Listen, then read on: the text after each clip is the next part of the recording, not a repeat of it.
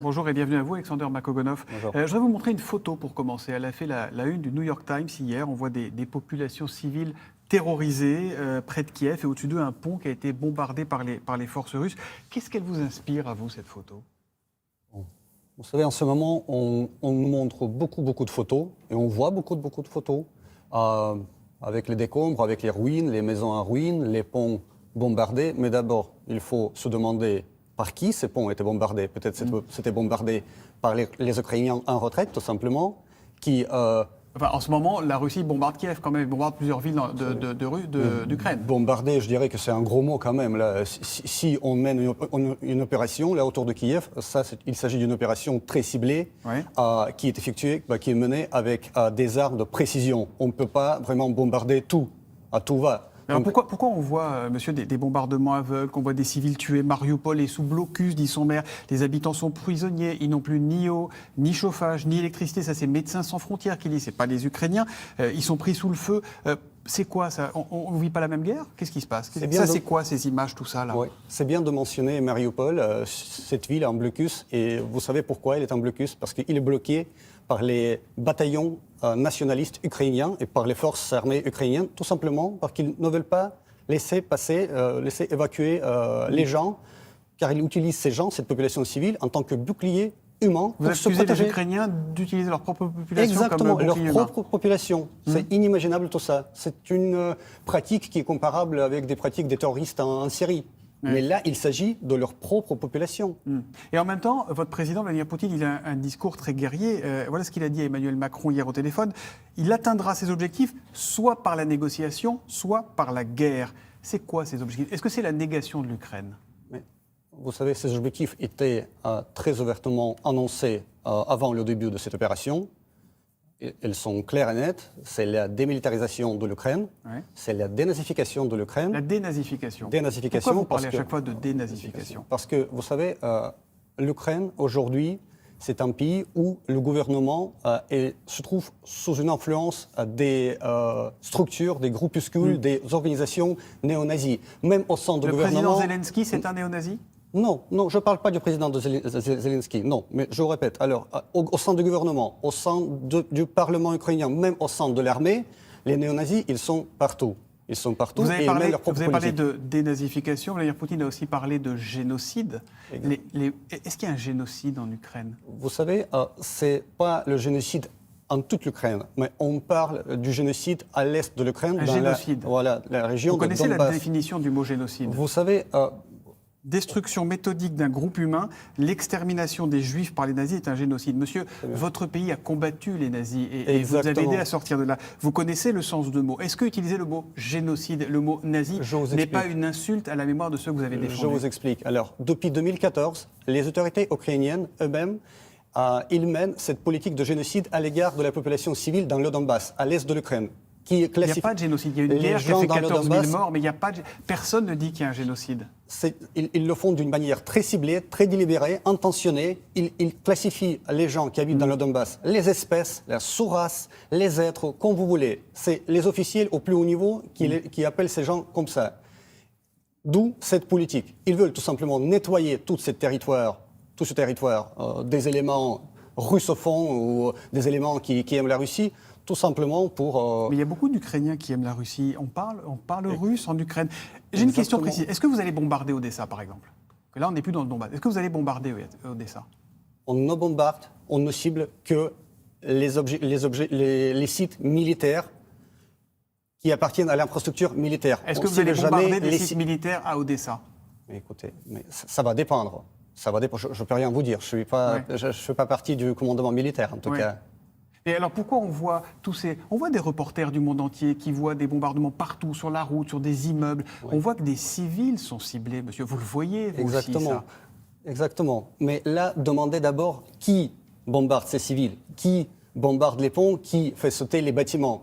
C'est les bataillons nazis ukrainiens qui le font, tout simplement pour créer cette image, pour que cette image soit diffusée dans le monde entier, pour discréditer les actions de l'armée russe. Donc les Ukrainiens, si je suis votre logique, sont en train de saboter leur pays, de massacrer leur population pour accuser Vladimir Poutine. C'est leur tactique. Qui lui dit dans le même temps qu'il ira au bout de ses objectifs, y compris par la guerre. Oui, Mais pour venir au bout de ces objectifs, ce n'est pas obligatoire de bombarder les civils, de bombarder les objets de l'infrastructure civile, de tuer les enfants et les femmes, les vieux, etc. Aujourd'hui, il y a une procédure qui s'ouvre devant la Cour pénale internationale. Anthony Blinken, le secrétaire d'État américain, accuse votre pays, la Russie, de crimes de guerre. Qu'est-ce que vous lui répondez ? Les crimes de guerre, il faut d'abord parler des crimes de guerre commis par le régime ukrainien.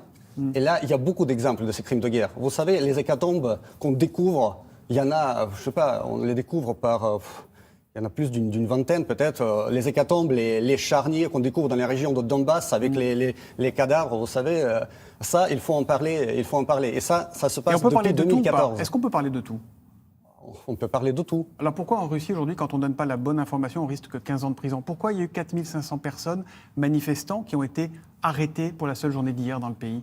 Des Russes qui disent, non, la guerre, c'est pas pour nous. Vous savez, les gens, ils sont des avis différents. Mais vous savez, en Ukraine, par exemple, si tu soutiens la Russie, tu peux être fusillé sur place. Non, mais là, je vous parle pas. Je vous parle de ce qui se passe en Russie. En France, il y a eu des manifestations, on peut ne pas être d'accord, que ce soit politique, que ce soit pour ou contre la guerre, peu importe. On n'est pas mis en prison. Pourquoi vous mettez les opposants en prison ? Mais on n'a jamais mis encore personne en prison. Vous savez, il y a une certaine procédure. Alors pourquoi vous les arrêtez ? Pourquoi vous les arrêtez ? 4500 arrestations. Mais écoutez...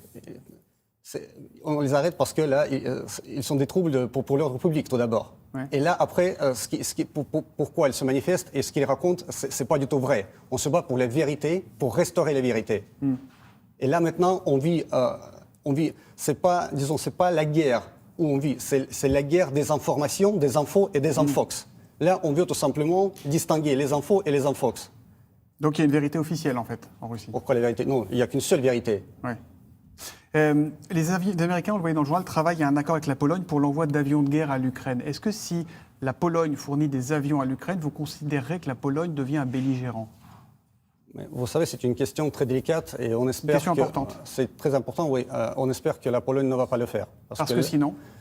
Sinon, ça va dépendre de la situation, mais ça provoque déjà, ça représente déjà un certain casus belli, si vous voulez. Est-ce que vous considérez, pour être encore plus précis... Parce que le ciel ukrainien est contrôlé par l'aviation russe. Est-ce que vous considérez que si la Pologne envoie des avions à l'Ukraine, la Pologne entrera en guerre contre la Russie ? Je ne peux pas vous le dire, parce que je ne fais pas partie du commandement militaire, je le répète, mais vous savez, c'est une manœuvre assez dangereuse. Vous avez peur d'une troisième guerre mondiale ? Tout le monde a peur de la Troisième Guerre mondiale. Ouais. Vous savez, comme a dit Einstein, je ne sais pas par quel moyen la Troisième Guerre mondiale sera menée, mais la quatrième sera menée avec des bâtons et des pierres. Qu'est-ce que vous allez faire du président Zelensky ? Vous voulez l'abattre ? Vous voulez qu'il quitte le pays ? Quel est le projet ? On n'a pas de projet particulier pour le président Zelensky. Son sort, son destin est dans ses mains. S'il veut garder la face devant l'histoire et devant son peuple, vaut mieux qu'il leur donne au plus vite de rendre les armes à son armée et à commencer les négociations conformément aux exigences russes. Est-ce que le commando Wagner, qui là pour le coup est dirigé par un vrai néo-nazi, a pour objectif d'aller l'abattre à Kiev aujourd'hui ? Ce sont des mercenaires, la solde du pouvoir. Vous savez, lorsqu'on parle de mercenaires, il faut plutôt parler de mercenaires occidentaux. Là, ils sont très sollicités. Mais là, moi, je vous pose une question sur ce commando Wagner. Pour commando Wagner, je ne peux rien vous dire. Ouais. Mais là, je peux vous dire beaucoup de choses sur les mercenaires occidentaux qui commencent déjà à se réunir, qui commencent déjà à arriver en Ukraine et qui sont sollicités par les ambassades ukrainiennes un petit peu partout, même au Sénégal. On a entendu parler de l'ambassade de l'Ukraine qui invitait les mercenaires locaux, les volontaires soi-disant, à venir en Ukraine et se battre contre les Russes. Certains disent, monsieur, que votre président Vladimir Poutine est devenu fou. Qu'est-ce que vous leur répondez ? Mais ces gens sont fous peut-être. Ouais. Mais ce n'est pas lui. Pourquoi il est devenu fou ? Le président qui protège son propre pays, qui veut assurer la sécurité pour son propre pays, pourquoi il est fou ? Vous pensez qu'il peut avoir raison contre le reste du monde ? Le reste du monde se trompe ? Oui, vous savez, le reste du monde, c'est une image un peu déformée en fait. Il faut tout simplement comprendre les causes, les raisons, les motivations de la politique russe, en Ukraine notamment. Au fond de vous, et c'est ma dernière question, je veux que vous me répondiez très sincèrement, est-ce que vous soutenez cette guerre, monsieur le porte-parole ? Au fond de vous ? Vous savez, c'est pas une guerre, c'est une opération militaire. Et si cette opération militaire est destinée à assurer la sécurité de mon propre pays, et non seulement de mon pays, mais de l'Ukraine aussi, et de tout le continent européen, mais bien sûr, je soutiens cette opération. Mais c'est une guerre. C'est pas une guerre. Les mots ont un sens, c'est une guerre. C'est pas une guerre. Pourquoi ? C'est pas une guerre. Parce que quand on parle de la guerre, ça a un sens un peu plus général, plus global, mais on cible pas les civils. Vous savez, on cible uniquement les éléments néo-nazis et les éléments de l'armée ukrainienne qui continuent leur Il y a résistance. manifestement des enfants que vous considérez comme des néo-nazis en Ukraine. Merci, monsieur, d'être venu au Télématin. Merci.